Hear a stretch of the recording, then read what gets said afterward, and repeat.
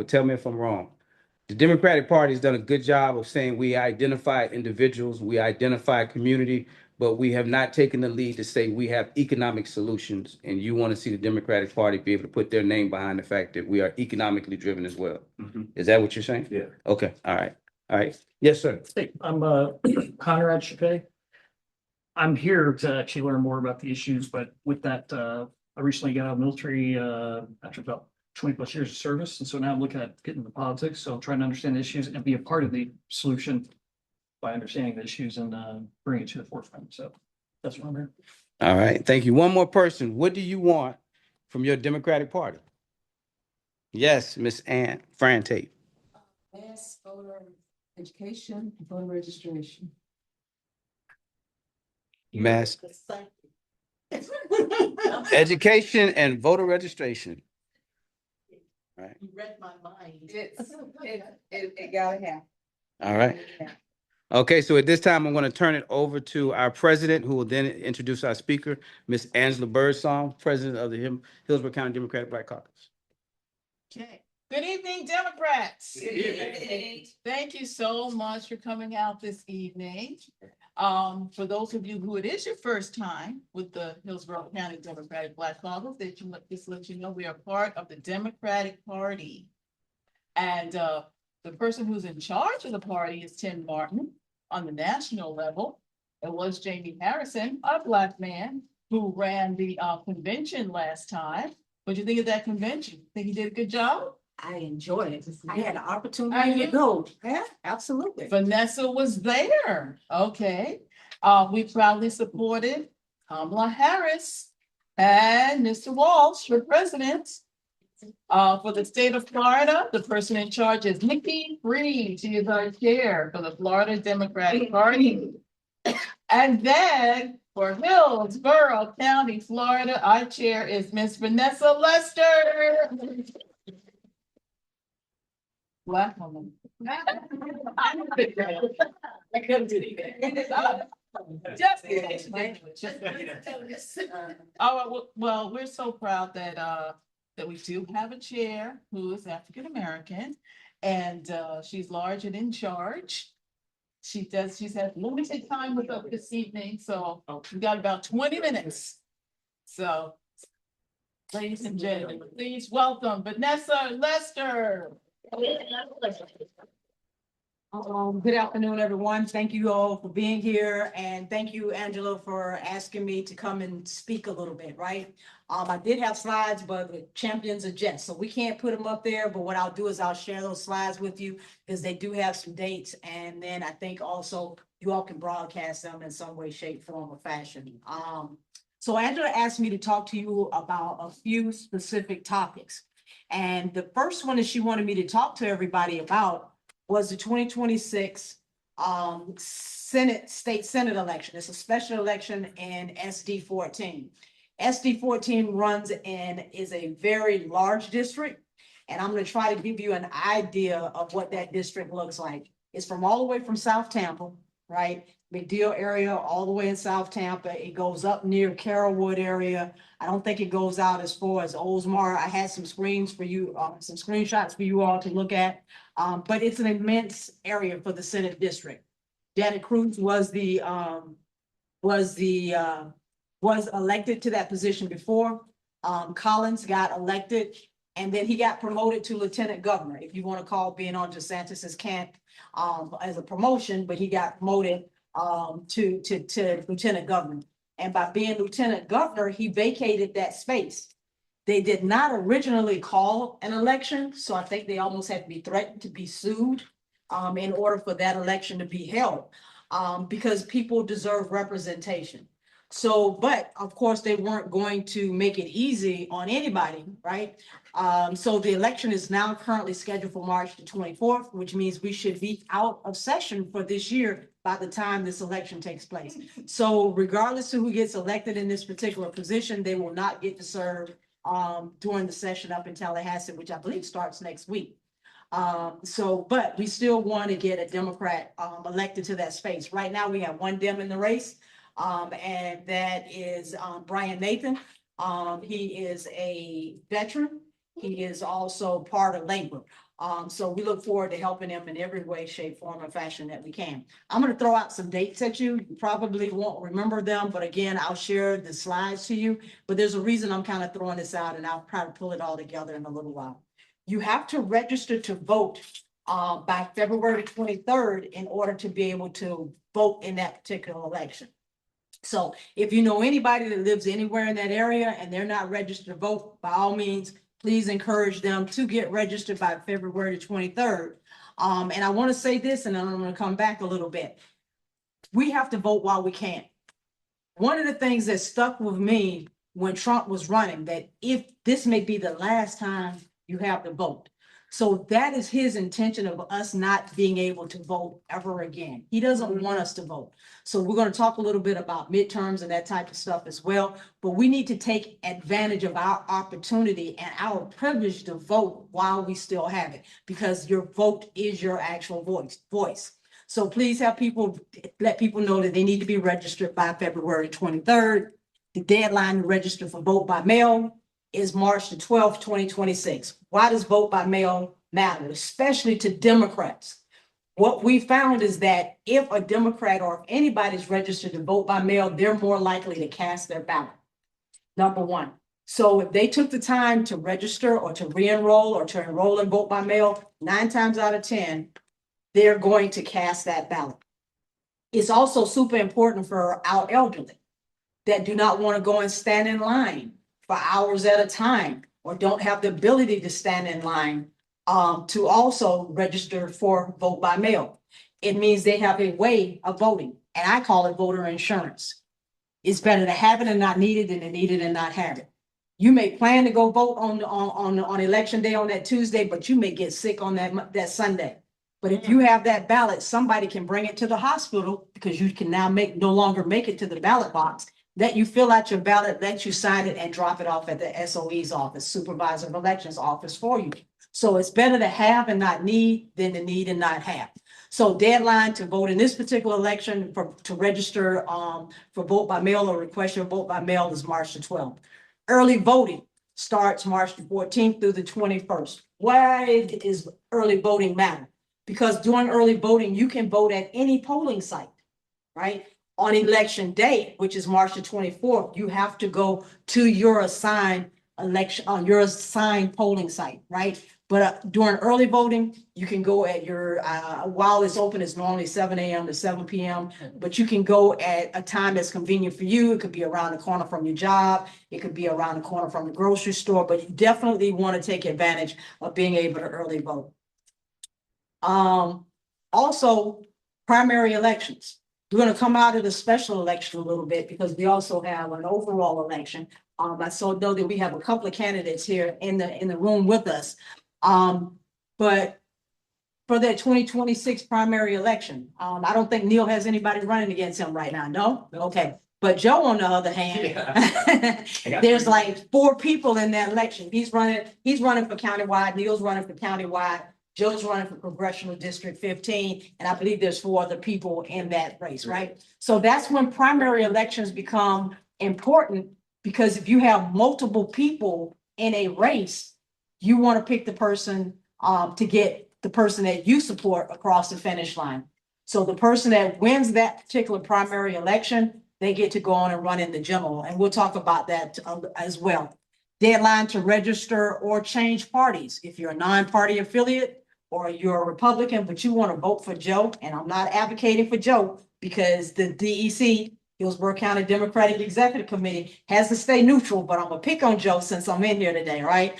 And he's in here with me. If you wanted to vote for him and you're a non-party affiliate, and this is a congressional race, and you believe in Joe, but you're a non-party affiliate, you can't vote for Joe because he would not show up on your ballot, right? Because it is a partisan race. So the last date to either register to vote or change parties so that you can vote is going to be July the 20th, 2026.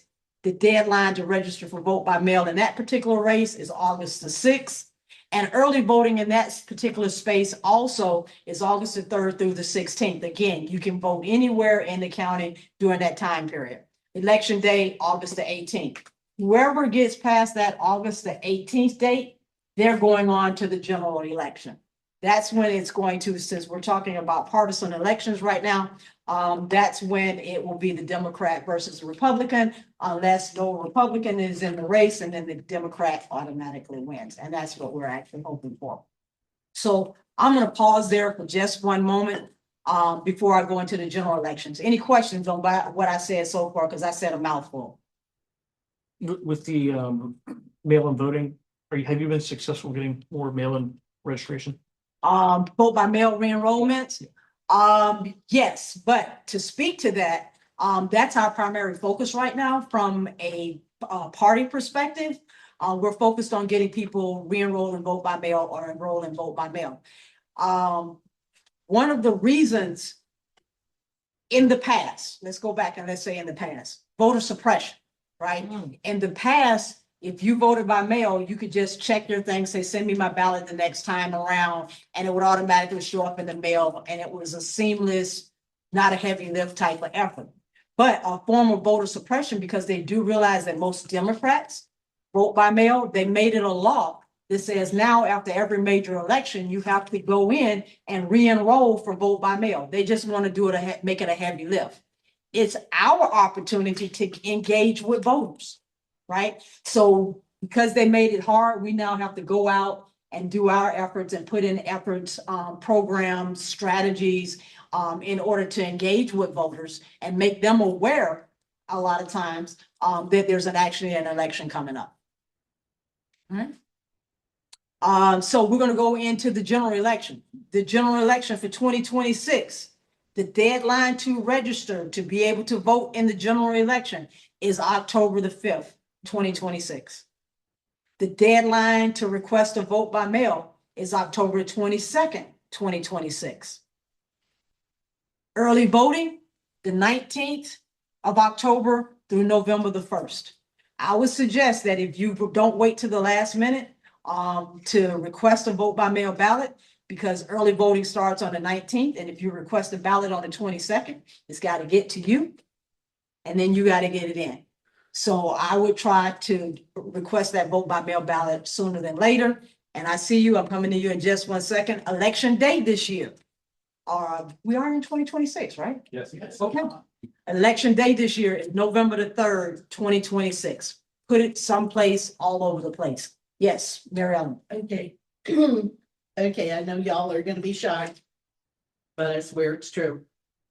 I've been getting calls from this organization called the Democratic Congressional Campaign Committee, Okay. and they're asking me what I think are the best, most flippable districts in the state of Florida.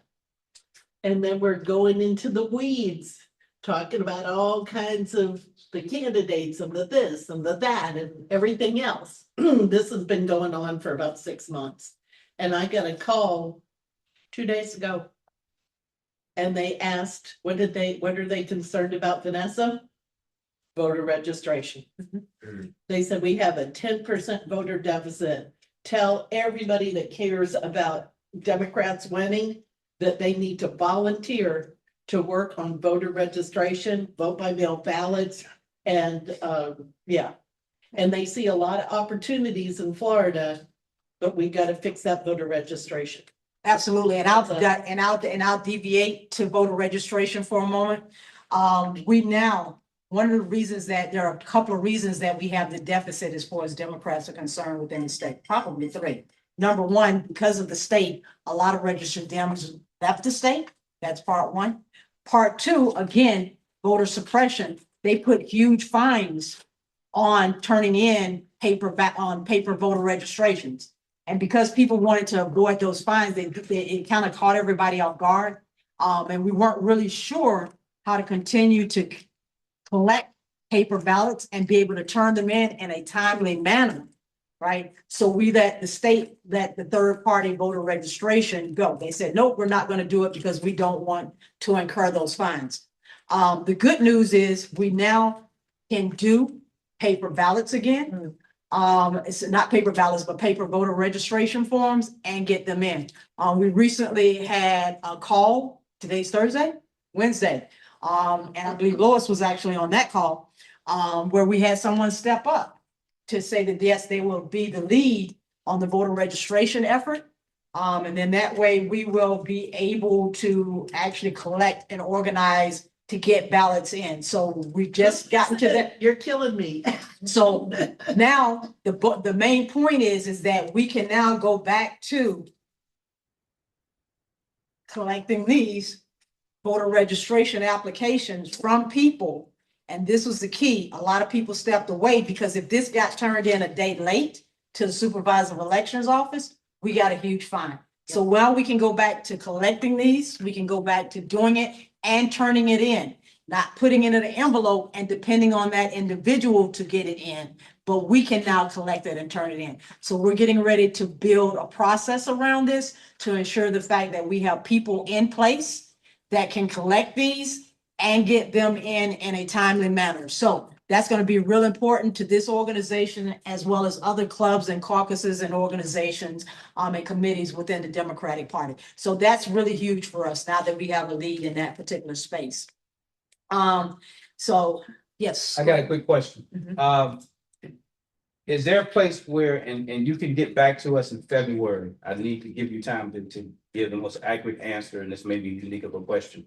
Is there a place where the consensus for the state of Florida regarding the state of the Democratic Party and the activity of the Democratic voters is different than what we're doing in Hillsborough County? Mhm. Whether it's the wins that we've been able to generate in Hillsborough County in contrast to the rest of the state, even if there's maybe a dip in voter registration that we need to consider, I want to be able to know the difference, not necessarily this meeting, between statistics when I hear them being broadcast about across the news, when Ellen says, this is what a call I'm getting, numbers are down by 10%. I want to be able to know the difference between Hillsborough County and the rest of the state, because I don't want us to panic if we're doing certain things right in Hillsborough and all of a sudden redirect energy, when in fact there are other deficiencies we should be focusing on. So if you Absolutely. can later on, if you can do it now, but later on, if you can give us a comparison. Will do. I can't try to compare, but we got 67 counties. Yeah,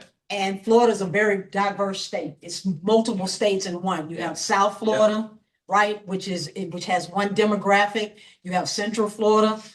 You got Orange County, which is blue and blue and blue, right? And then you have North Florida, Yeah. which has a different, which is like South Georgia. And then you have the Panhandle area, which is like South Alabama and South, that area, right? So the areas are very different. So comparing them, and I don't want to compare. no, I'm not gonna do it right now. Yeah. Comparing them would be challenging, but we need to look at it across the board. And right now, what we're hoping is that people are so pissed off, getting what they did not expect to get when they voted for the orange man, that things are going to start swinging our way. Across the state, we're seeing wins. And what we want to do in Hillsborough County Right, is we want to start sooner than later, yes. to ensure the fact that we turn out the vote.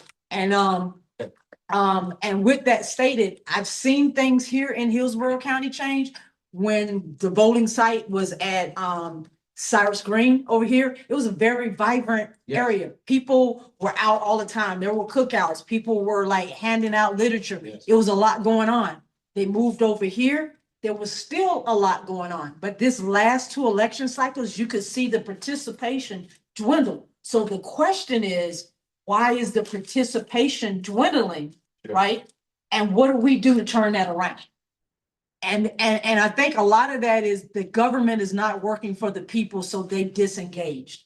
So now we have to show them, you thought it wasn't working for you before, but WIC, property insurance, the county commissioners, taking away affordable housing funds, and all of these other things. You thought it wasn't working for you before. How's it working for you now? Right? So you have to bring real life situations into it to get people to re-engage, but then not just tell them what's important to them, ask them, right? What's important to you, because what's important to Angela may not be important to Fran, right? So we have to listen and then take it from all avenues and figure out how do we get, in this particular situation, the Black community, because this is a Black caucus, how do we get the Black community re-engaged because voting and participating is what transitioned us from one space to the other. So Who was the person who's taking charge of, the vote by mail? Yeah. Good question. the vote by mail, You said there's someone, I mean. voter registration. I'm sorry. Registration. Yeah, we're not quite ready to, We're not give us a little, so here's the situation. So that's Yeah. it's not official. She's official, but I don't think we want to throw her underneath the bus just yet and broadcast and having everybody reaching out to her. So let me kind of try to explain it this way. The state of Florida, the Florida Democratic Party has been doing training for several months now. So there are a lot of people in this county that are trained to do voter registration, self-included, right? But in order for us to implement the program itself, I think we got about 13 to 15 people trained to do this. And there's some other training coming up again. But before we could implement it, or I could implement it or assign someone and start doing this, we had to have someone step up to be the lead. So now we have someone that has agreed to step up and be the lead. So now that that person has stepped up, we want to be able to transition them out at some point in time. But now that they've stepped up, we can implement this program and move forward, Okay. right? So that's the difference and that's the key. Give me one moment, because I do have, as they stated, I do have a training tonight. I got a Okay. compliance training tonight, so I got about 1 minute and I'm gonna be a couple of minutes to it late. But you all ask, I would ask, she's been throwing a lot of dates out at me and telling me about elections and all of that type of stuff. And the question I would ask is, why is that important? How's that relevant to me? What does it make? What difference does it make? This is why. Politics is always local first. Yes. Right? We have 4 county commissioner seats on the ballots coming up, right? We want to retain 2 of those seats with Harry Cohn and Gwen Myers. They're already, you maintain ground until you can gain ground, right? So we want to maintain those 2 seats. And then we have 2 other additional county commission seats that are open and that are flippable. Neil is running for one of those seats, and I can call him out because he does not currently have someone running against him as a Democrat in that race. We also have a school board race that's on the ballot. Oh, we have a candidate who's running countywide with county commission. Yes, we do. She's going to file next week. I think. Exactly. Eileen Rogers. Right. But And I don't want to call her name out Yes, until yes, she fine. files, because she may not be the only one that's filing. Adam Hattersley was going to run in that. He made a decision that this was not the best thing for him to do at this point in time. And we've been feverishly looking for someone else, so a couple of people have stepped up. I think there may be someone else in that space. Although we try to avoid Democrats running against each other. Anybody has the right to run, and so that's why we respect. Because you don't get on the ballot unless you have a competitor. Yeah, so, yeah, it drives up turnout. Because now you have more of an initiative to go out and engage in outdoors and type of things. Absolutely, absolutely. And again, as I stated, why is it important? First of all, because local elections matter. Local politics always first, because you know, the state of Florida, DeSantis wants to take away home rule. And the only way to keep that is to get Democrats elected. If we do what we need to do locally on the ground, it will funnel up. If we change what's going on locally, it will have an impact. It will help us get out of the super minority on the state, which is the House seats. Then the other part to this is the federal midterms, right? She wanted me to talk about the midterms. How many people wake up distracted, tormented, aggravated, frustrated, disgusted, and I can't think of another negative adjectives when you wake up and look at what this country is going through every day, Yes, right? you feel good.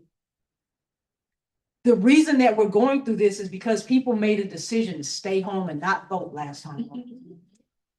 Right. So they were talked out of it. And they bought a lie. Yeah. Yes. Yeah. They said, oh, well, I'm gonna put all the criminals out of the country. But you don't know where the criminal's at. You know who's filed for asylum. You know who's request citizenship.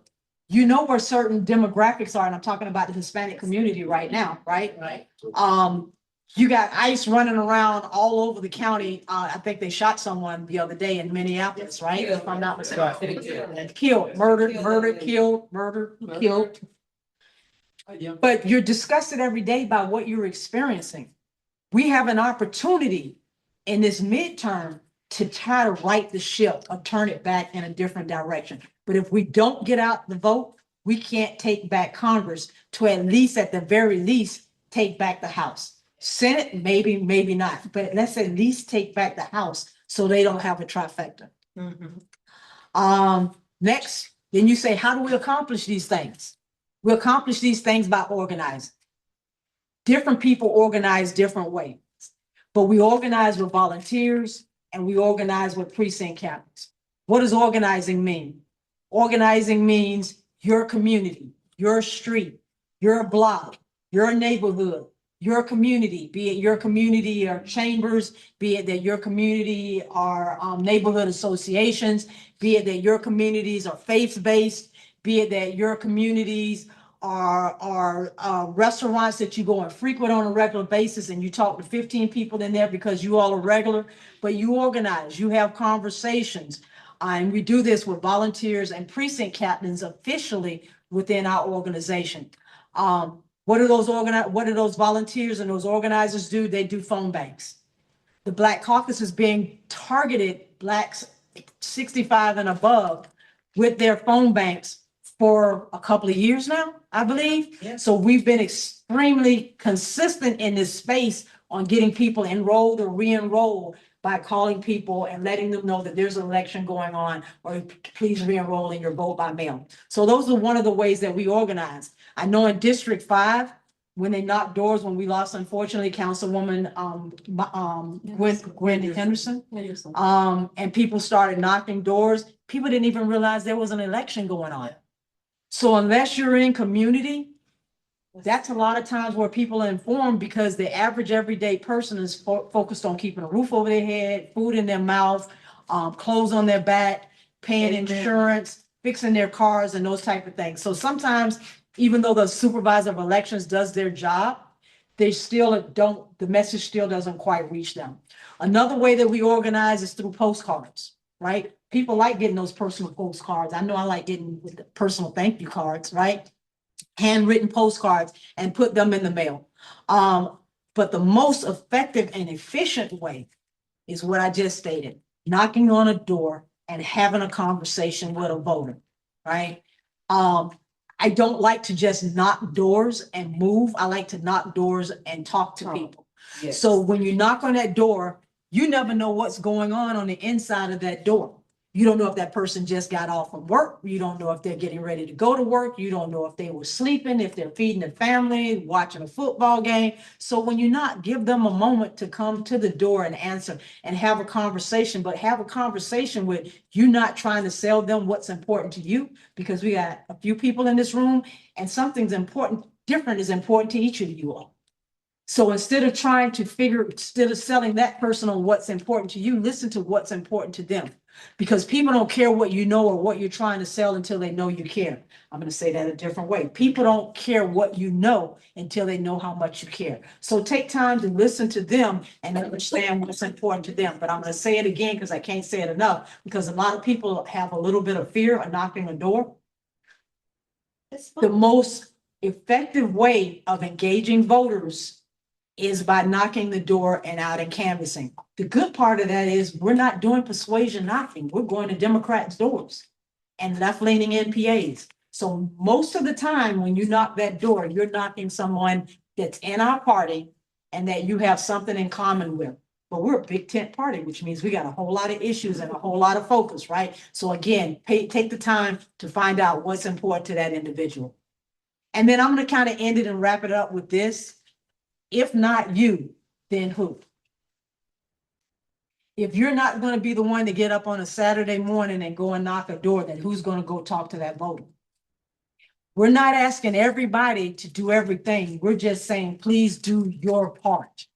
That's all you have to do is your part. Because if you do your part as the Black Caucus, the LGBT caucus will do their part, the environmental caucus will do their part, the labor caucus will do their part, et cetera, et cetera, et cetera. So I'm going to end the presentation on that note. Does anybody have any questions from me at all before I depart your presence? Yes. Okay, I understand you can't name the person, but can you just tell me, is it one individual? Or is it an organization, like a statewide organization that's gonna be doing voter reg? So I'm gonna try to wrap that up and explain it again. If I did not do it properly the first time, I'm gonna try to re-explain it. When they attached fines to No, I this, understand that. but some people may not have comprehended it like you, so I just want to go through it one more time for that shy person that doesn't answer a question. When they attach fines to collecting these and turning them in late, there used to be a third party. And Hillsborough County was using the Florida Democratic Party's third party voter registration number. The Florida Democratic Party wasn't prepared for that and said, nope, we're gonna take away our third party number. We asked and we asked and we asked, and at the beginning of last year, they said, okay, we're gonna go back and we're gonna do it again. So now we get to utilize the Florida Democratic Party's third party voter registration number, right? So what the Florida Democratic Party did was they have been hosting trainings around the entire state. So the party's number that we're associated with is going to be the Florida Democratic Party's number. So they've been training everybody around the state. We have about, I think, somewhere between 13 to 15 people in this county that has gone through the Florida Democratic Party's training and has the authority to collect this ballot, to do these ballots and turn them in and understand the process. Now, so let me give you another example. All of us go in here and you all go out and you knock doors and you say, hey, Ms. Jane, I see that you were re-enrolled in vote by mail previously. Do you want to re-enroll now? And she says, absolutely. I love vote by mail. And then you say, is there anyone in your house that's not registered to vote? I can register them to vote. Well, at the end of your canvas, when you bring back those 25 voter registrations to help make up that deficit, you now turn them into Lois, because Lois is our point person to be able to collect, right? Because you're on her canvas. So you now turn it into Lois. Lois makes sure that all of the data is entered properly. And once that's done, she will then hand it over to the lead. We may have 15 or 20 different canvases going on. Each canvas should have a person designated that this document gets back to in a timely manner. And those people know who that lead is. And then I live right around the corner from the supervisor of elections office. I've already talked to the lead. And I said, hey, if at any point in time, I need to connect with you to get those documents to ensure the fact that they make it to the SOE's office in a timely manner, I'll absolutely do that. So did that answer your question? Yeah, just so you know, since early November, I've been working with Pam Castellano and Alexis, the Florida Democratic Party Director of Voter Registration. So, Okay. yeah, this isn't new. Okay. I got you. I thought it was an actual like third party, like PERG, NAACP. No, it's not. Organized Florida. No, Okay, no, so this is pretty strictly from the party perspective. Gotcha. Thank All you. right, you're welcome. That's Anybody? Yes, Michael Fisher. Quick question. Well, I got 3 questions for you, but I'll be real quick. All right, so when did we start using when did they give us authorization? That was 2024, right?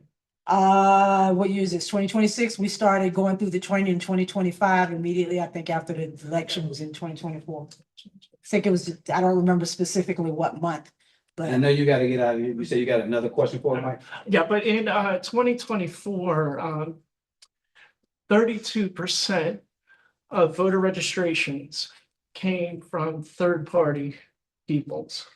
And 50% of that of voter registrations, new voter registrations came from the DMV. okay.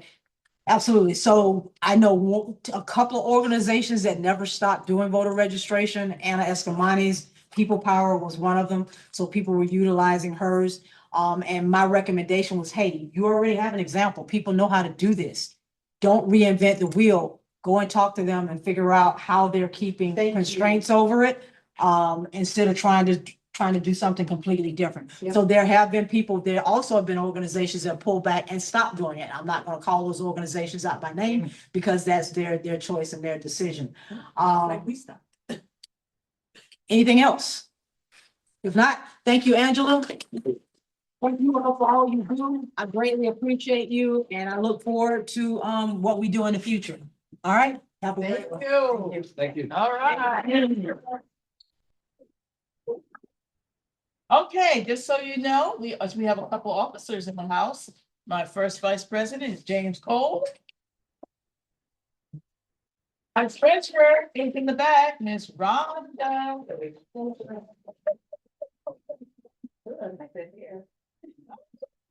Real thing.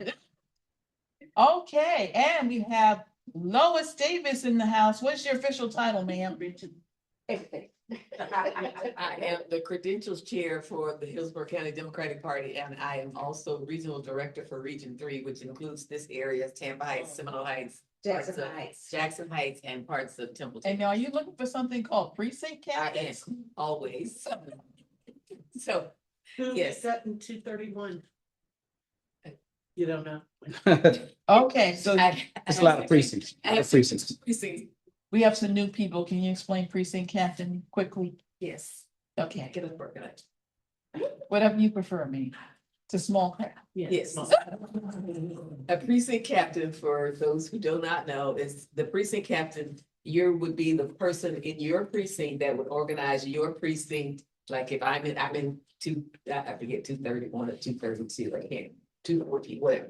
But anyway, whatever your precinct is, you would be the person that would be responsible for organizing and organizing canvases or phone banks and trying to rally the people in your community. And a lot of times what we do is we have people that have, if you go out and knock doors in your neighborhood, then you ask your neighbors if they want to volunteer, if they want to help out. And then you have like street captains. Everybody's responsible for everybody on that street getting to the polls. Everybody's responsible for making sure that everybody in that household, there may be teenagers that just turned 17, get them registered to vote. So your job would be just centered on your precinct. And that's what a precinct captain does. And I, as the regional director, I believe I have 62 precincts.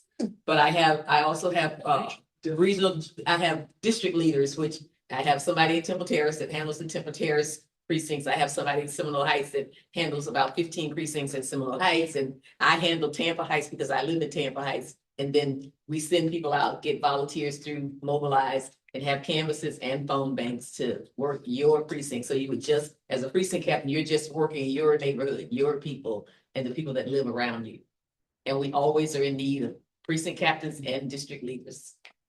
Wherever you live, I can. Wherever you live. Wherever you Yeah, live. I'm in you- Regional 3, but we have regional directors in every region. The county is cut up into regions and I think they're determined by the supervisor of election, but each region has a regional director, or we don't, Will is taking over it until we get a regional director. I'm actually trying to find a regional director for Region 3 because I hold two jobs, which is credentials chair is a full-time job, but I'm also I was regional director for Region 3 prior to becoming credentials chair.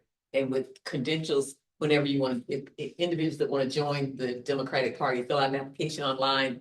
I vet that application, send you the information you need to be sworn in as a precinct captain of the Democratic Party. All right, so just so you know, our Democratic Party meeting for Hillsborough County is the third Monday, 6 o'clock online. Online for now. And you need to be a precinct captain to be in that meeting. Well, you don't have to be a precinct captain to join the meeting. You can join the meeting and see what we do and learn Okay. about the party before you become a precinct captain. The meetings are open to the public, so anybody can join the meeting. That's a Democrat. Well, really, they're public, so we don't know that Oh. everybody's on there. It's. All right, I mean, all right. generally speaking, it's only Democrats, but it is, it is open to the public, so Okay, it could be MPAs or the other. We don't generally have any of that, but it could be, but anyone can attend the meetings. and we encourage you to attend your Democratic Party meeting. Once you become a precinct captain, you're required to attend the meetings. That's one of the requirements for being a precinct captain is you can only miss 3 unexcused absences per year. You can get an excused absence with no issues, but you need to ask for an excused absence if you're gonna be out more than 3 times in the year. Doesn't that apply to all members? All members are precinct captains, so yes. So every member is a precinct captain? If you're a member, If you're a member of the Hillsborough County Democratic Party, Except for you're electeds. Except for electeds who are automatic. yeah, elected officials are automatic members. So they don't, There's like 5 people that want to be members that all live in the same precinct. then we have the precinct captain and we have appointed we have appointed members, so you still go through the same process of the application, the loyalty oath. And we have some precincts that, yes, like out in South County or precinct 2, 9, 12, or they have 5 or 6 people. 3 of them are appointed and you can only have, depending on the number of people in your precinct. So if you have more than 1,000 people in a precinct, That are Democrats. then, well, yeah, this is just all about the Democratic Party, nothing else. Right. But if you have 1,000 Democrats in a precinct, like in South County, Mhm. they have over 1,000, so they are allowed 2 men, 2 women. If you have less than 1,000, it's 1 man, 1 woman, Got it, okay. as a precinct captain. But you could still join as an appointed member, and you're not required, as an appointed member, you're not required to be at the meetings the same as the precinct captains, but you would work with the precinct captain as Gotcha. in the same role. Okay. So you could still be a member without being the precinct captain. Gotcha, okay. Okay. You have something? Did you have? No, I was just gonna say, it's 1 per 500, but you got it. Yeah, Okay. First Vice President, do you have a report? Yes, I do. Okay. Right. Thank you all for being here. How many candidates we have in the room? 1, 2, 3, and if you can, we do not have, the camera showing to the room. We relocated, so we've kind of got it here. I want to give the candidates an opportunity to. You know, do your report. And introduce them. Okay, perfect. So January 24th, to everyone here, we will have our training for the Democratic Black Caucus. That training is going to focus on what does the 2026 election look like? What do we want our members to do, and how do we want to impact the community that we represent as a Black Caucus, which tends to be the Black community and those who are friends and allies of the Black community. With that said, if you are running, and there's a reason why I'm asking you, I'd like to know that you will have a representative at the meeting January 24th. Moving forward, we expect for the caucus to be empowered by campaigns that are planning to run as Democrats. We should not be a caucus trying to reach people without being able to partner with you. What that means is all the things that everyone should want, more Democrats registered, we want you to be a part of that conversation.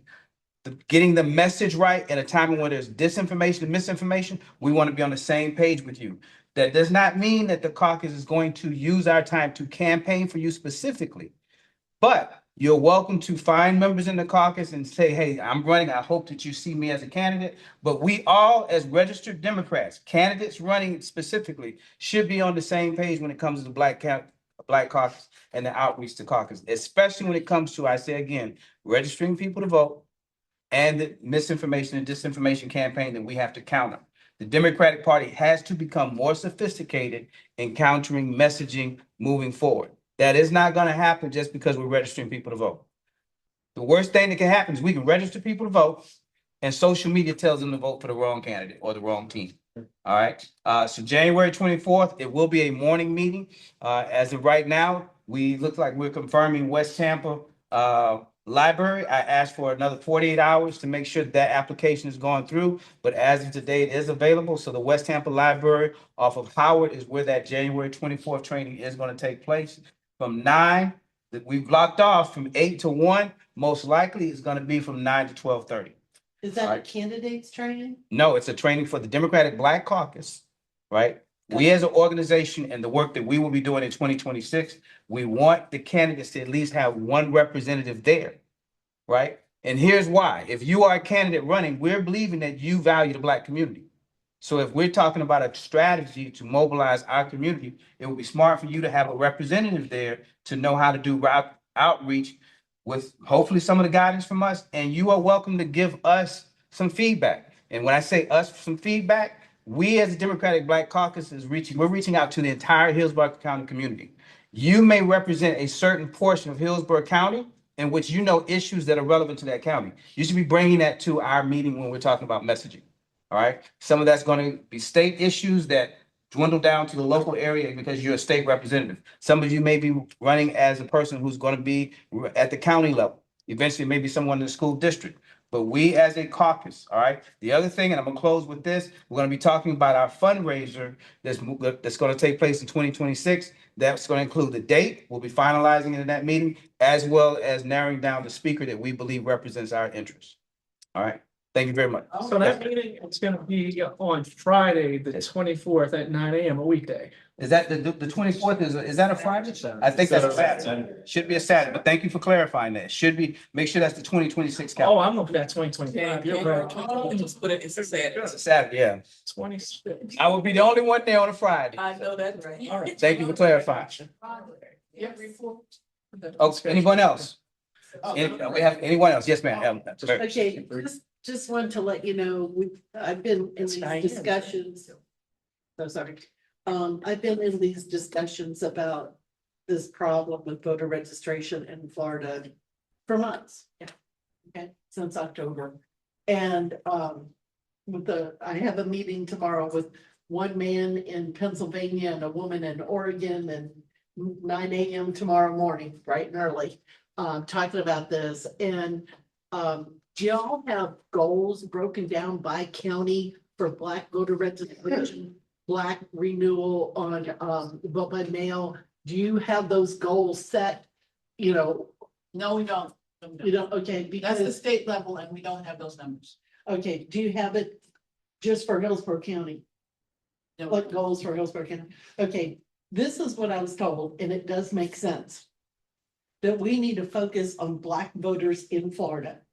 For every 10 Black voters that are registered, 9 out of 10 will be voting Democrat. For every 10 white voters, 3 out of those will be voting Democrat. Maybe 4, we get some MPAs, right?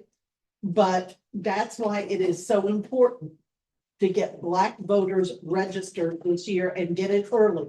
Because there are a lot of Black seniors here that are middle class, upper middle class, that will be gone come May 1st.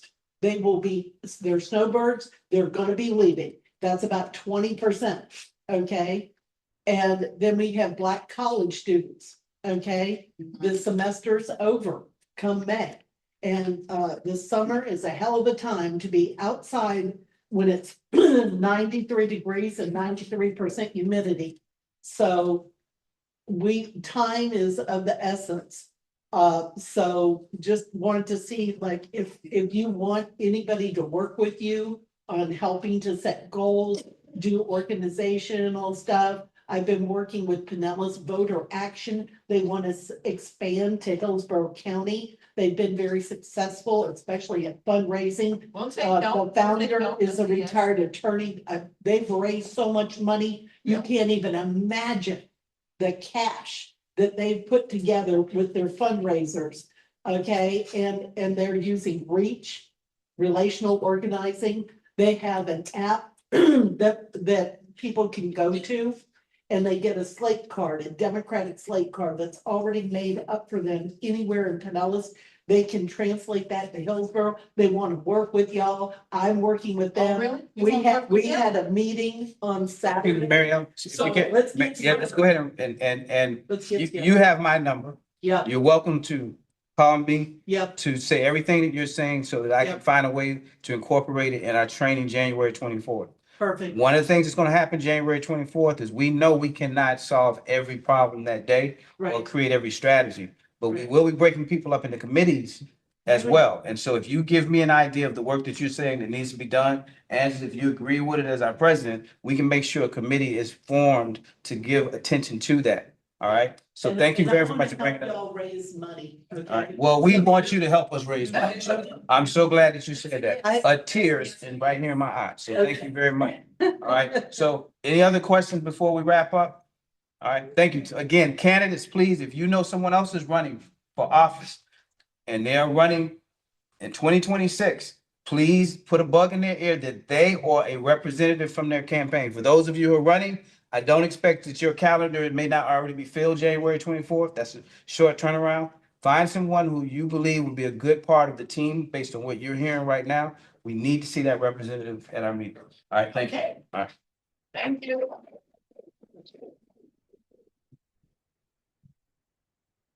I'm sorry, I have a cold, so I'm trying to stay away. Stay away.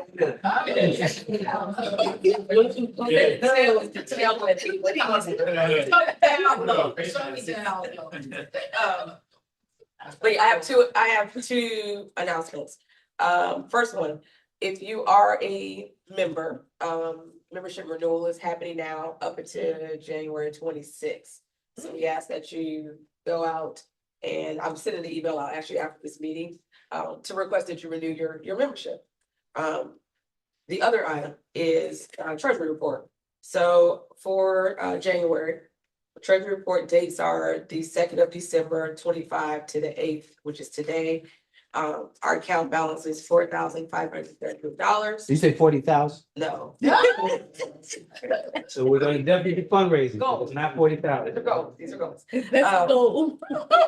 The gross cash flow out of 703, and that pretty much is a combination of our Google G Suite subscription that we use to send emails and such. We pay for the MLK Day Parade, the Toba breakfast, and then we have a financial program that we use to track our finances. The gross cash flow outflow inflow. The money in was around $1,201. That's a combination of dues and donations. We also got a fee reimbursement for the MLK Day Parade because we're splitting the cost with the County Democratic Party. So they paid their $225 of that $450 that we expensed out.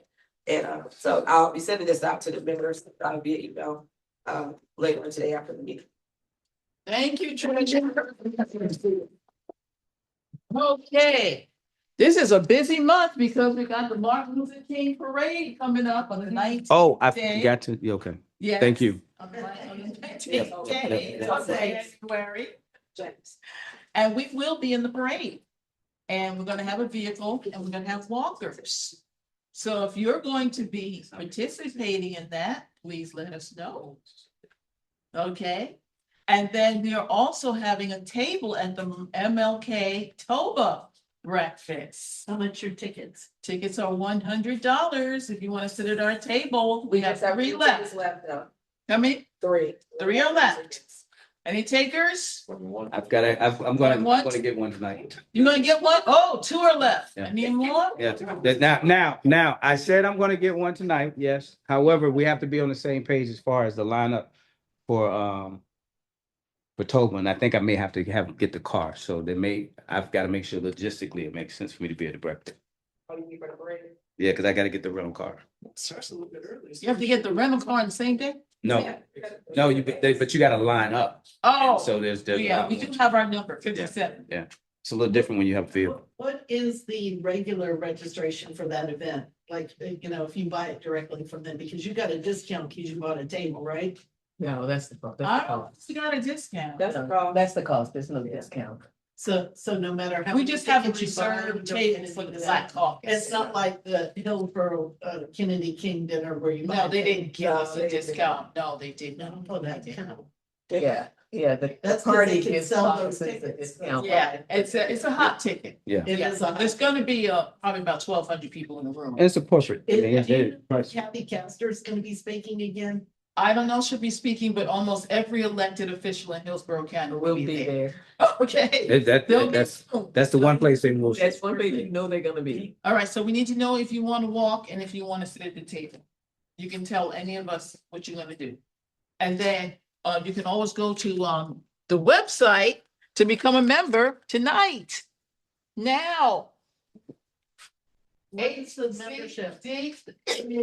$30 for seniors and students and $60 regular membership for the whole year. That's a deal. It's a steal. What if you're a senior light? No, Senior life. we earned this title, so we're not sharing. We're not checking birth certificates. Gray hair doesn't matter. So for seniors, I guess we're gonna be good with that. Yeah, gray hair don't care. Okay. Okay, Are you sending a link out or? we have a link. Yes, so if you, would you like a ticket, ma'am? No. No. The link for the Toba? All right. She's talking Next about the time. membership. She's talking the membership. I'm talking membership. What about the membership? The link. You have, Rhonda's sending it out. Great. hcdbc.org, Anyone else want to sign themselves? I'm gonna, What's the website? I'm gonna take one of those documents through my super PAC. Okay. All right. It's just the website. 2 tickets gone. Got 2 tickets. Yeah, I'm paying right now. Through my super PAC. Ms. Person, Yes. this is the Hillsborough County MLK Parade. January 19th. It is gonna be this, So the it's on Monday. that Monday. On It's that on that Monday. Everything's on the Monday, on his birthday. If we do the one in Plant City, we do Corvettes on Saturday. So we have it Oh, okay. On that Saturday? on Yes, Saturday. Okay. Yeah. If you have any connections in Plant City, I want to know about them because there's 3,000 registered Black Democrats in Plant City that can flip an election. Because hardly anybody votes up there. So if we mobilized our voters, we could choose. We have people in the party that's working Plant City very hit, CL Towns. I don't know if they're working Black people heavy.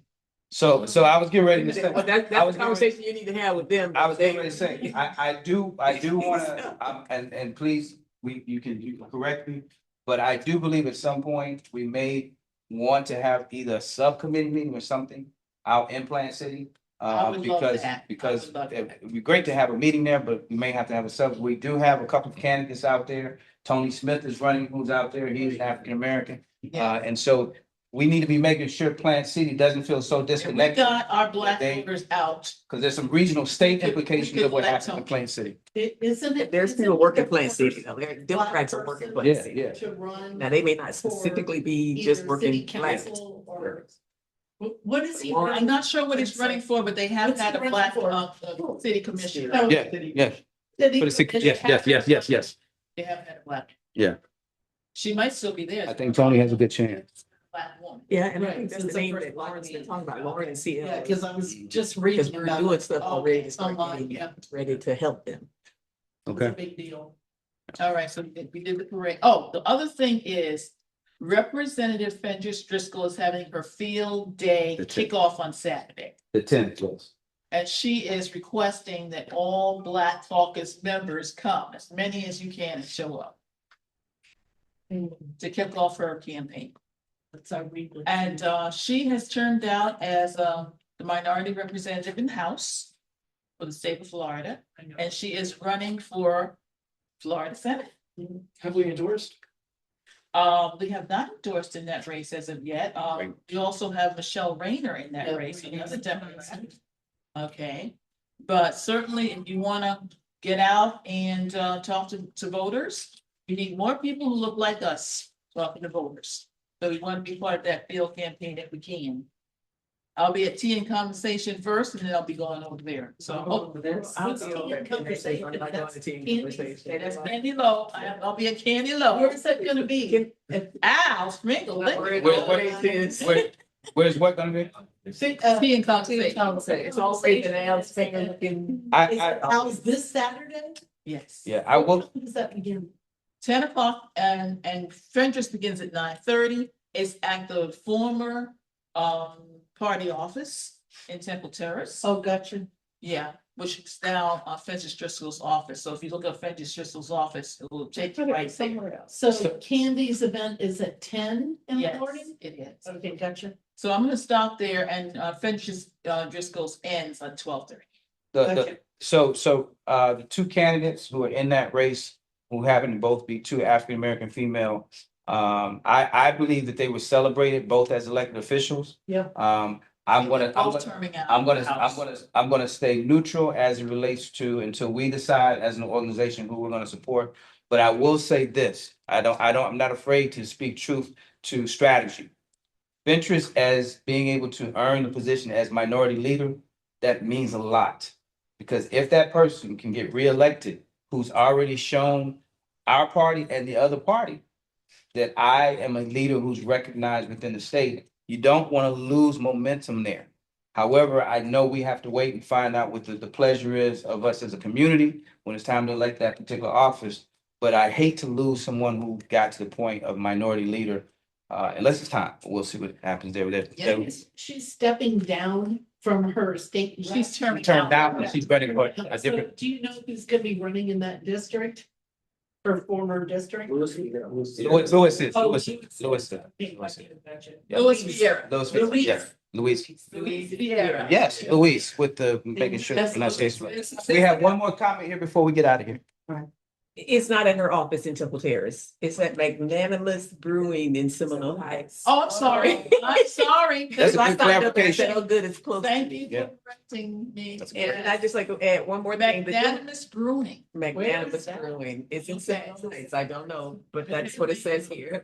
Yeah, I thought it was at her office, okay. It's not her district. Hmm? It's in her district, Yeah. don't know.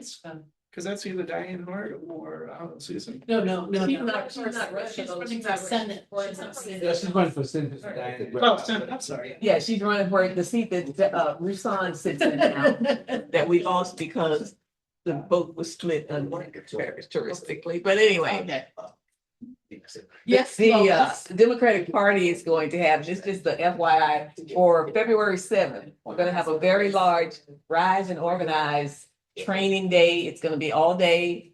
We're just now finalizing the location, but we do have the date. It's gonna be February 7th. It's Rise and Organize. We're gonna be training people on how to canvas, how to phone back. We're gonna have 3 different trainings going on at one time in rooms that can accommodate 50 people. We're expecting a couple hundred people. And it's also gonna be our Volunteer Appreciation Day. Where, okay, So we finalized that. I'm gonna send, it's just that I'm giving you the date right now and the concept. February.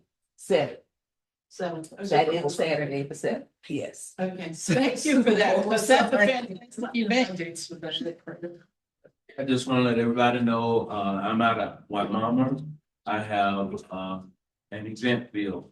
And if you all know of any organizations that would like to do a celebration on my 5-acre event bill, we had, South Shore. some, it's next to South Shore. And, we did the I do a veterans appreciation every year. And, we had about 50, show cars that came out. And then we had, several veterans came out. We had a World War II veteran that was 91 years old that cut the American flag cape for us. Yeah, so it was a very emotional and a very nice event. So, if you guys know of any organizations, that would like to have a, celebration out on an event field, please, come on out. This lady sitting next to you loves to do events. I said, do I love to do events? Yeah. Do you have a card? Let me have your card. 'Cause sometimes, Yeah, I even the event that we're planning now, we originally had it a couple of years ago outside, and we were looking maybe for an outside, but it was a little noisy for the training we're gonna do, but we may have something in the future. Yeah. Some volunteer appreciation or something like that He along. did an event on his, because we had Eagle Brown out there. It was Eagle Brown, it was us. Oh, We had okay. tents out there, because I remember it was, it was huge. You had a big space in one moment.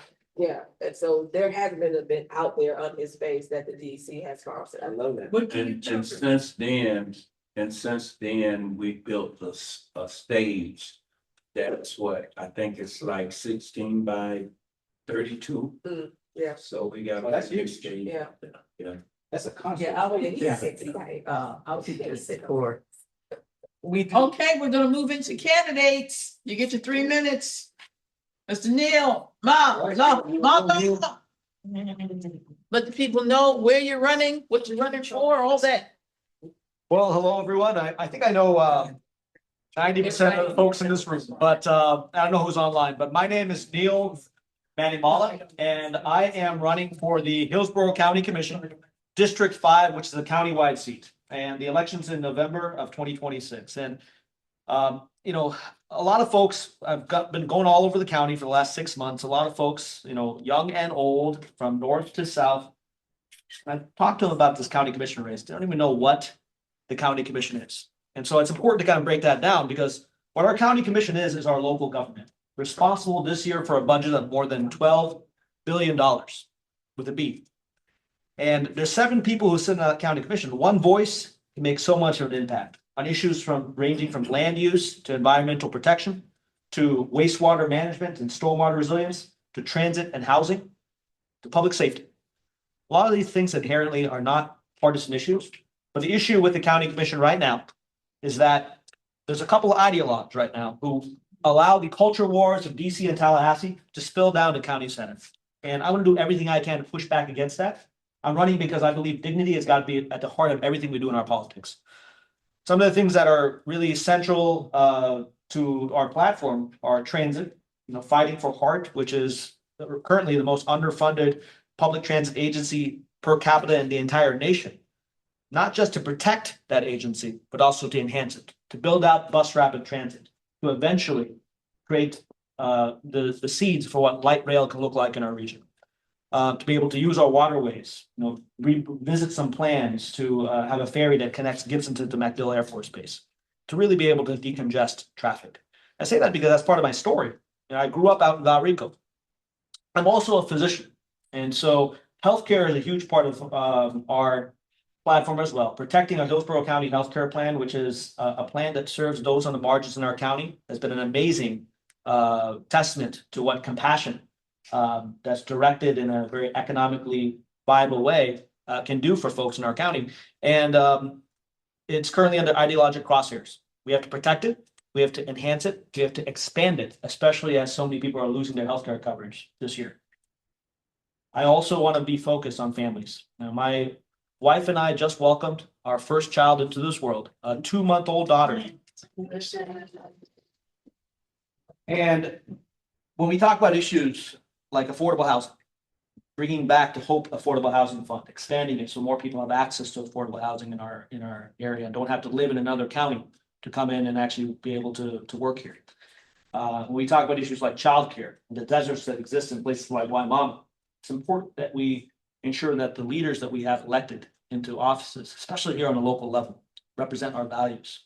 And I think of this race, not just in terms of one budget cycle on the county commission, not just in terms of one 4-year term, which is what this term for the county commission would be. I think of it in terms of what this county is going to look like in 35 years. When my daughter's my age, we're fighting not just for the folks here, not just for the folks on the margins, we're fighting for her generation. And I will be fighting with every fiber of my being to make sure that happens. Now, one thing I will tell you, and I'll close on this, is I did not go to med school thinking I was going to run for office. I've learned a lot on the campaign trail and conversations I've had. And I'm excited for Eileen coming into the race, potentially, and whoever else it might be who's running in District 7, which is the other countywide seat. It's important that we flip the county commission where it is right now from its 5-2 Republican majority, supermajority, to 4-3 that can be when we win our races in November. But we're going to need all of you in order to make this happen. We look forward to synergizing with other campaigns like our U.S. congressional candidates and potentially state house candidates to be able to knock on every single door in this county of folks who are going to be able to vote and be able to participate. But we also need donations. We also need folks who are willing to open their doors. I like to think of it this way. We're building a coalition of not just Democrats, but independents and Republicans. And I'm running because I believe there's a dormant decency that we need to tap into in this county. So thank you guys for this time. My name is Neil Matamala. I got a bunch of campaign materials, and my phone number, by the way, if you don't have it, is 813-455-4246. And I'll repeat that. It's 813-455-4246. And my name is Neil Matamala, M Animal A. And I look forward to working with you in the months to come. And I invite questions, but out of respect to any of the candidates, I can also do it at the end. We know who has a question. Okay, all right. But I just wanted to share something. A couple of years ago, under the Republican controlled county commission, a multi-million-dollar grant for South County, Ruskin, Waimama, that area, Apollo Beach, was rejected and returned. Multi-million-dollar grant because it was for Hispanic outreach. And anybody who hasn't heard about that, it would have cost the county zero, not 1 penny, okay? And it would have brought millions of dollars into Hillsborough County. But because it was woke, because it was directed at Hispanic areas in Hillsborough County, rural Hispanic areas, the Republicans on the county commission voted not to accept free money. oftentimes for these leaders, so-called leaders, the ideologues, like Cameron Cepeda, who I'm running against, Yeah. and the other who, my colleague will talk about later. Cruelty is the point. And it's interesting because I actually just had a conversation today on the phone with Liz Gutierrez, the leader of Enterprising Latinas, that group. And the money that would have gone to that group, the county commission's role was literally to serve as a conduit for federal money to go straight to our local partner. Yeah. And Enterprising Latinas was not just focused on Latinas in life. That's the way they. It was painted it. focused on development all throughout. Where a rising tide lifts all ships, and they were serve as a resource. I'll give you one example. I actually visited Enterprising Latinas a few months ago in their office. They literally had a desk that was designated for a county's representative from CareerSource to sit there. It's not like a CareerSource representative is only going to say, are you a Latino or not? And I'm not going to help you if you're not a Latino. No, they were helping everybody in that community. Right. And so, when we talk about how we invest, taxpayer dollars, whether it be on a federal level or a state level or a local level, it's important that we are good stewards. It's important that we ensure that they're invested in surgical ways that lift everyone up. Yes.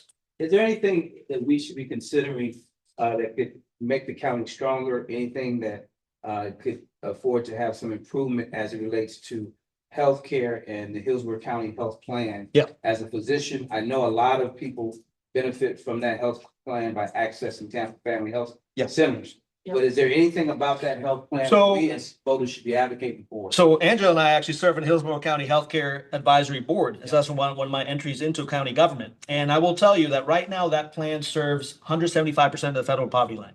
There's a workshop happening this upcoming Wednesday in County Center. I believe it's at 1:30 to 3:30 p.m. and any member of the public can patch in, actually talking about that very concept. There's discussions about raising what the income limits would be, potentially make it 200%, potentially expanding coverage to kids and some people who would be in that transitional care period who are gonna get off Medicaid as a child and then potentially not have care in between. There's a lot of discussions about that because, we talk about millions upon millions of Floridians. And I know we've talked about this before. Yeah. We're gonna lose coverage and Yes. simply cannot afford care.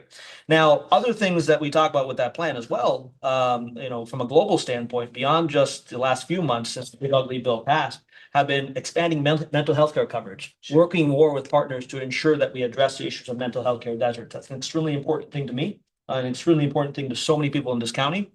And I've talked to other stakeholders, and it's interesting because when you think about how county government works, everybody's in their silo, right? I think the role of any elected official in county center is to bring those silos together as best as possible, synergize and trying to find ways to be creative about how to use funds.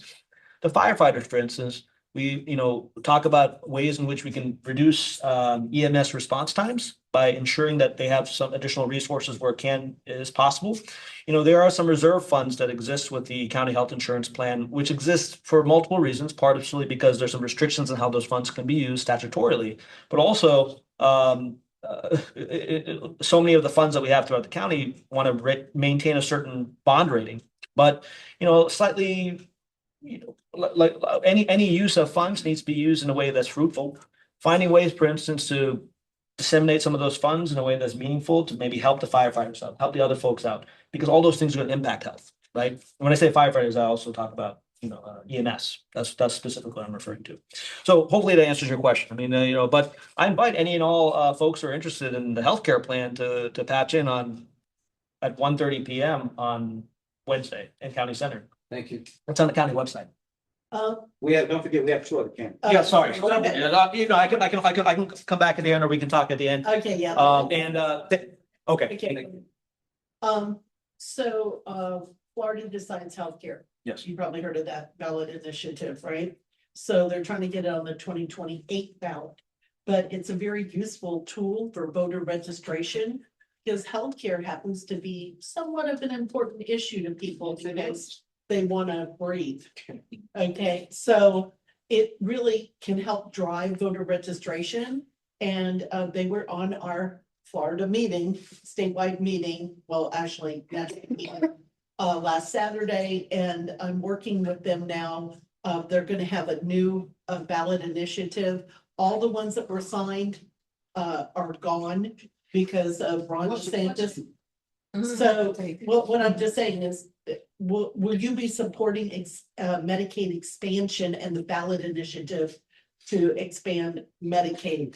Yes, philosophically, yes. I mean, and just as a leader, at that time, I'd be an elected official, right? I would be supporting it. That being said, I say it because we got to be good stewards of taxpayer dollars. And what I mean by that is every level along the way, local, state, and federal.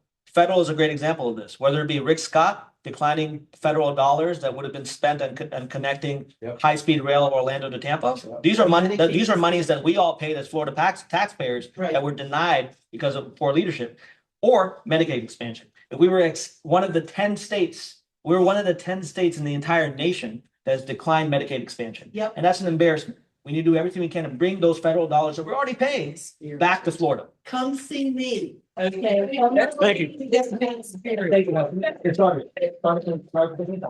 I'm working on it. I can go.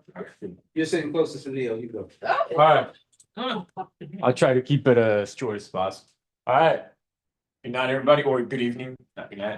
My name is Jose Engel. I am 24 years old. I was born in San Juan, Puerto Rico. I've been living in Tampa for 10 years, and I am one of the official candidates for Congressional District 15, which is currently held by Laura Lee. I'm a Democrat, so we're all good here. And why am I running? As a young person, I'm worried about all the things that we need to fix in our country. We were talking about healthcare, and to me, it's ridiculous that we are the only first world country without universal healthcare. One of the biggest reasons for bankruptcy are medical bills, right? And this is something that no matter which party you belong to, it benefits all of us. Being able to go to the hospital without worrying about what's going to happen next, the huge bill that I might get. Another thing is paid family leave. We're the only first world country without that. And I think that would help a lot of people want to have children. Because right now, some people don't want to have kids because, let's be honest, having kids is expensive. So I think that would help motivate people to want to have kids. Livable wages, that's another one. I think when you look at the average CEOs, they make 300 times more than the typical worker. And I don't think anybody should need to have 2 or 3 jobs to be able to afford not luxuries, right, but basic necessities, right? A roof over their heads, and to be able to pay for the car payment, gas, and all that kind of thing. Then you have the environment, which is also important. We only have one planet, and we have to vote for policies that reflect that we care about the environment. There are a lot of things, and I wish we could tackle them all at once, but we can't. So there are some things that have to be prioritized. But yeah, this is me. This is what I want to go fight for, and I hope that you guys can help in any way that you can. Now that DeSantis called for a special session, means that anybody can sign petitions for any congressional candidate throughout the whole state. So if you guys want to help me with that, I would appreciate it. Because obviously I don't want to have to pay for the fees, so that would help a lot. And since I want to keep it short, that's pretty much it. That is me. That is what I care about. If there are any questions, feel free to ask me. If not, thank you all for having me here tonight. Did you bring the petition with you? Yes, I did. I did. All right, thank you. All right. Hey, good evening, everyone. I'm Conrad Shinpei. I'm running for District 63 for Florida House of Representatives. Kind of caught me off guard. It's my first meeting. I didn't realize candidates would actually be talking tonight. So Yeah, me neither. I definitely won't be as eloquent as Neil or Posh. And so I'll get to pick up on you. But I am. The reason I'm running is I recently retired from the military about 2 years ago, and through that Thank you for your service. through that experience of serving as a leader and serving not only our nation, it wasn't until I got out of the military that I realized the sense of continued service.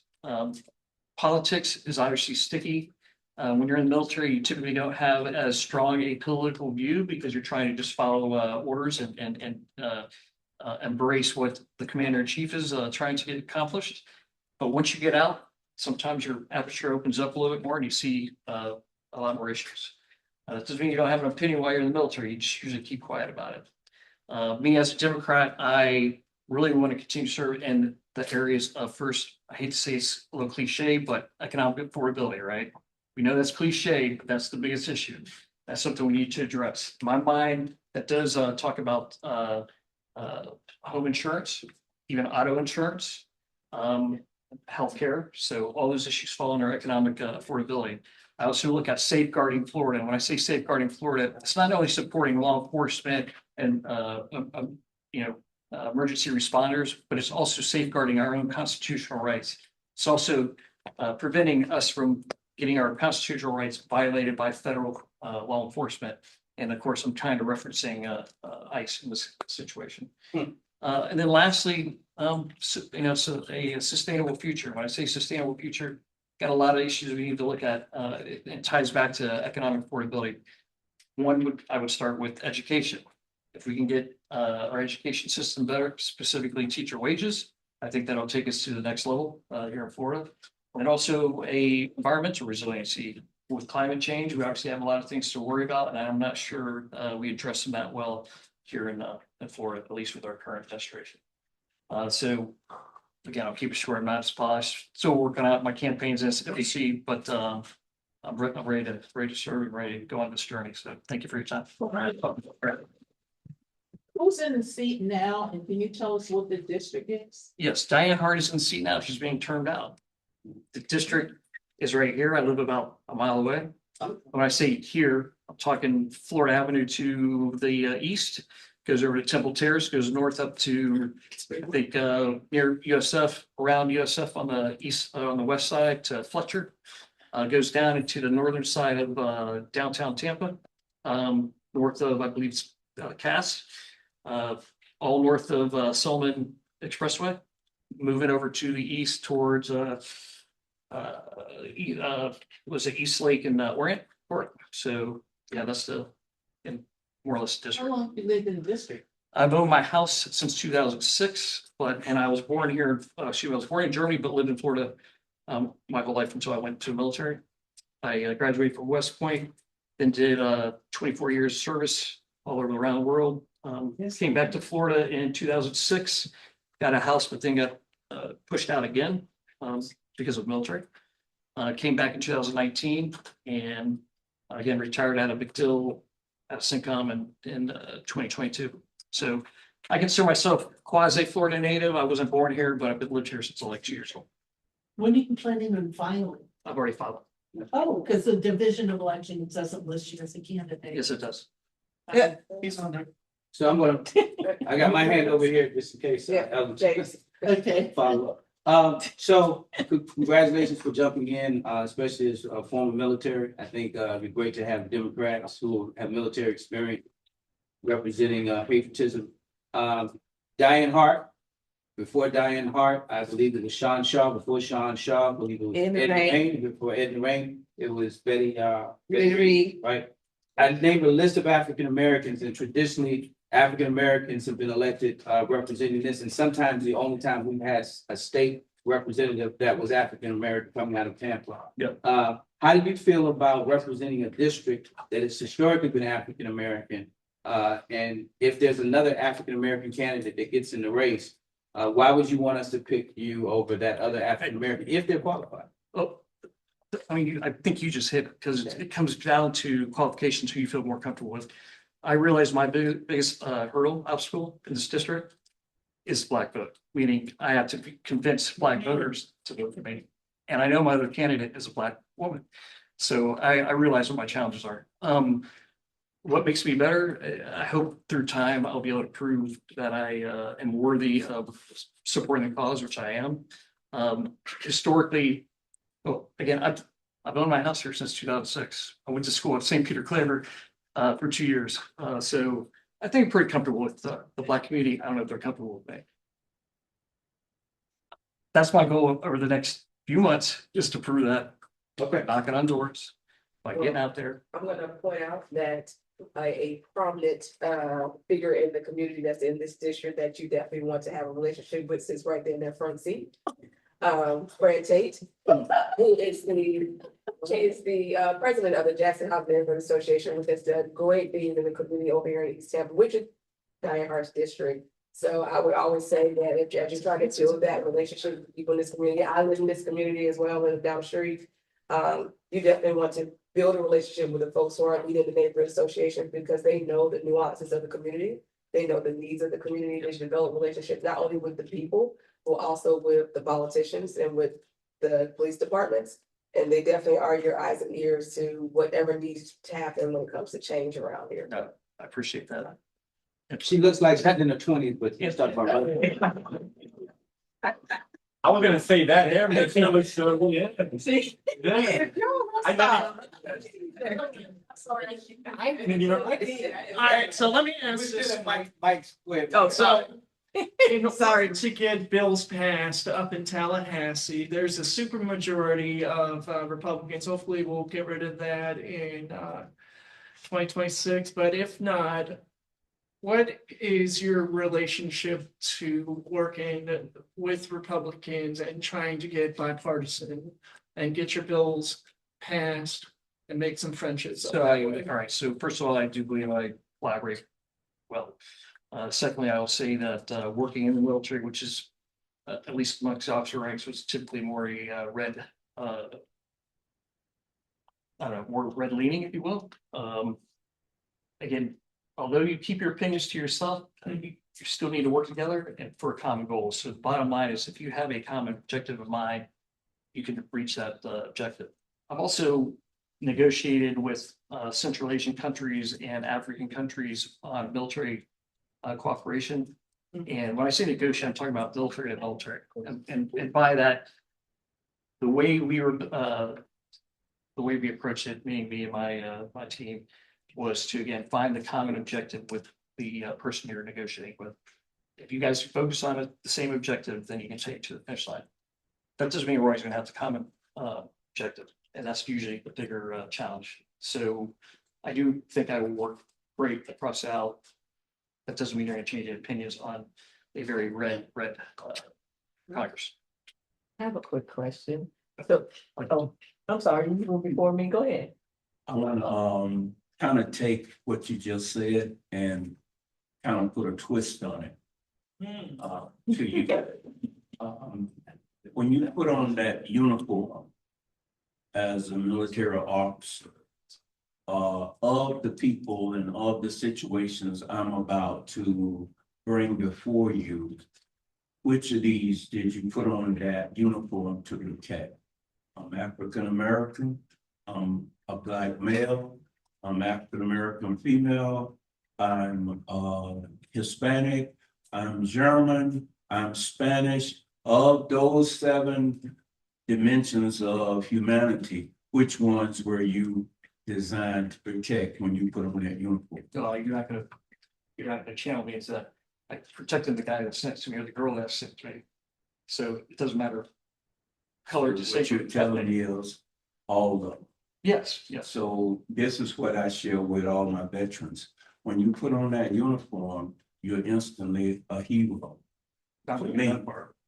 To me, because you have signed a statement and went through training that you're there to protect. And when you have to go into an area of whoever the people are, whether they are African Americans or whether they are, in another land like Venezuela, they have to go down and protect. But I want to share something with you. And when they say iron sharpens iron, they gave you this, I don't know her name, Brian Tate. but the Bible tells you seriously, in the multitude of counsel, there's much safety. Make sure you get her number, Yes, sir. make sure you get her number and build a relationship with her. Let her know who you are. I know. I mean, it's sad that I'm showing up here because I'm a candidate, meaning I didn't show up here sooner. That doesn't mean I don't have a interest in my community or I haven't done things in my community. So coming here even tonight is so intimidating in the sense of how are you gonna be received, right? So me being peppered with questions, I don't know if that's good or bad. But me being asked what the district is, I don't know if that's good or bad. But there's undertones on that, like, oh, maybe this guy isn't the right guy. He doesn't know what the hell he's doing. But I assure you, I've been thinking about this. I also go back from the military side. I went to West Point, and the leadership and values that you learn at West Point, similar to what you learned from your parents, at least if you had good parents, right? So when I see what's going on right now, specifically in Washington, and to a large degree in Tallahassee as well, at least as a leader of what I consider a leader of character, it's really disheartening, it's disgusting. So anyway, yeah. Yes, I just had a quick question. You said you've been here since, or owned a home since 2000. Have you been a registered Democrat for that long, or have you been other, have you been a Republican? Have you been an independent? What is your? That's a great question because. And just because we're getting No, to no, know now- you, now- I should now- like to know Now your we're going into the evolution. longer story now, right? Okay. So in 2002, I did 7 years in the military and I got out. I graduated in 95. Got out, went to West Palm Beach, and it was West Palm Beach. I said it was more like my aperture opened up. It was more, I had a year break in service from 2002 to 2003. And during that time is when I realized, Jesus, we're going to Iraq. Why are we going to Iraq? And that's when I became a Democrat. Up until then, it was not party affiliation. Oh, I've never been a Republican. Okay. Always been a Democrat. But I still went back to the military, did 2 tours in Afghanistan, tour in Kuwait, served it out, I talked about negotiating in Central Asia and Africa. That was as a security cooperation, so military to military. I've seen a lot of things. I've been around the country. Getting back to Florida, our base for 4th generation campaigning. Getting back to Florida, again, it laid into me like, what's the next step? For me, it's continued service.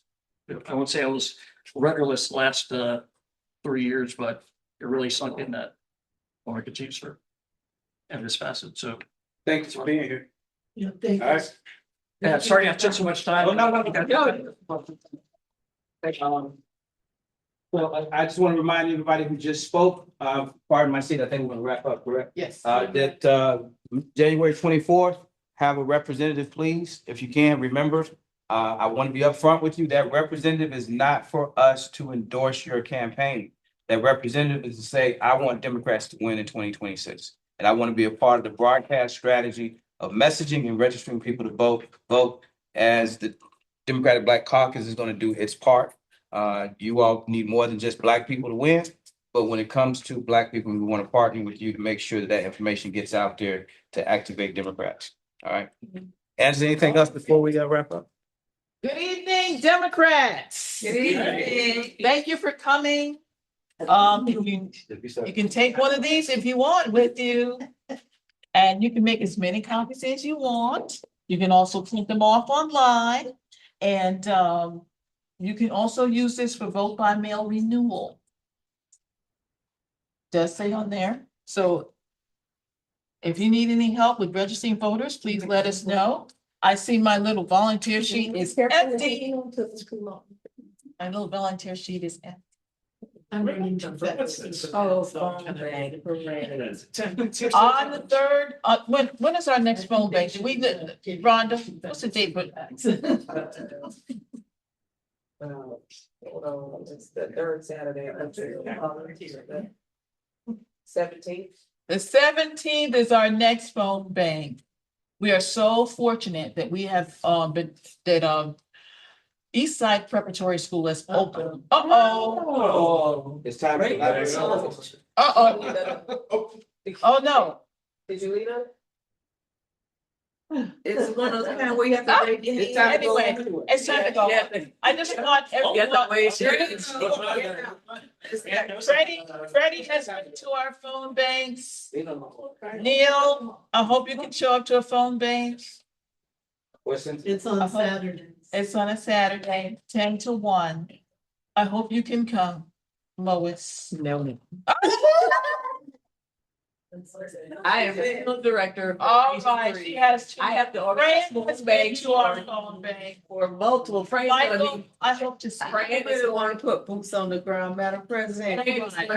Organizing her precinct. Yes. Oh, Fran is the precinct captain. She's gonna be under. campaign when she had boots on the ground. Fran is under the privilege of both sessions. He don't have time to come on that Saturday. Thank you all for coming. She's going to be busy. Because she needs to work for the precinct.